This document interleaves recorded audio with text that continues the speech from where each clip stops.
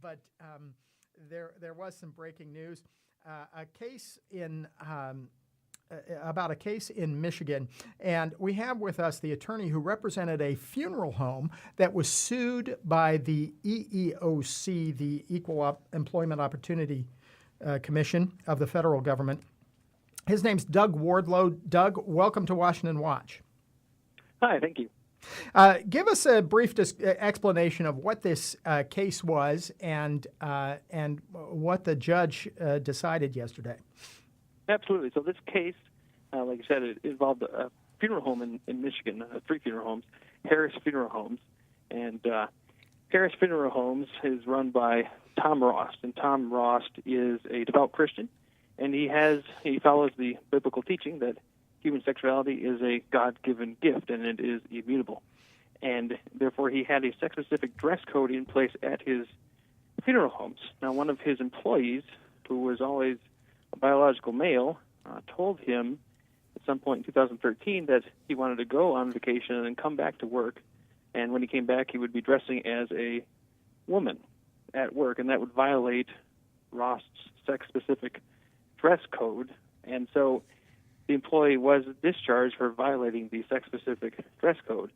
The employee filed a charge with the EEOC of sex discrimination, and this is one of 2 cases that the Obama administration brought in 2014 in an attempt to really do an end run around Congress and redefine sex in Title VII's prohibition of sex discrimination in employment to cover gender identity as well. They brought 2 cases, one in Florida against an eye clinic, and I think that one settled, and then there's this one. And so what the judge did yesterday is he granted the funeral home our motion for summary judgment and dismissed the case on the grounds that the Religious Freedom Restoration Act prevents the federal government from forcing Tom Rost to permit an employee to dress as a member of the opposite sex while on the job representing the funeral home. So this is a huge victory for religious liberty, and it means that government can't use Title VII to coerce private employers to abandon their sincerely held religious beliefs. Well, that's great news. And just for those who aren't aware, Title VII is a portion of the Civil Rights Act of 1964, which banned employment discrimination on the basis of race and also on the basis of sex. Now, one of the key arguments that we've made is that when Congress passed that law in 1964, they were not, when they said they wanted to protect sex as a protected category, it is probably indisputable that they meant biological sex, that they weren't talking about someone's self-chosen gender identity. And fortunately, the judge in this case agreed with that entirely. Isn't that correct? That gender identity is not a part of sex discrimination. That's right. The judge clearly held that Title VII, at least in the Sixth Circuit, does not include a transgender status or gender identity.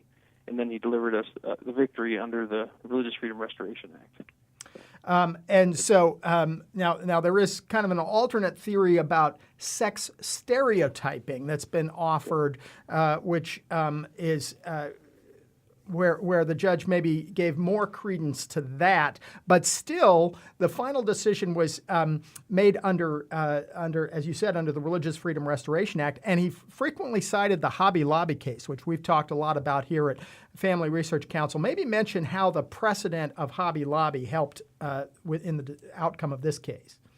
Well, absolutely. So Hobby Lobby established the principle that the Religious Freedom Restoration Act applies to closely held corporations. That is, in the context of the contraception mandate, the HHS mandate. And so that case, this ruling by this judge yesterday, Judge Cox, is the first time a federal judge has extended the holding of Hobby Lobby and applied RFRA to the Title VII context and applied it to block the application of Title VII in such a way that would coerce a privately held business from violating its religious beliefs. So it certainly is encouraging that the courts have said that businesses can exercise religious beliefs as well as individuals, and it's encouraging, I think, in this case that they gave a fairly expansive interpretation to the private owner's religious beliefs. Even though that wasn't a religious corporation, it wasn't a church-affiliated thing or something like that, that he still had legitimate religious exercise rights. That's right. It's very clear now that you don't lose your religious exercise rights just because you go into a private business, a for-profit business. And it's also very positive because the judge did push back at the sex stereotyping theory with respect to transgender people that claim to be a gender identity other than their biological sex. What was happening here is the EEOC was basically telling the funeral home that you have to allow this employee to dress as a stereotypical woman at the workplace. So the judge said you cannot eradicate sex stereotypes in the workplace by insisting on sex stereotypes in the workplace. Right. That was an interesting twist to the story. Well, thanks, Doug Wardlow, for joining us. A big victory in a court case in Michigan for a Christian funeral home owner.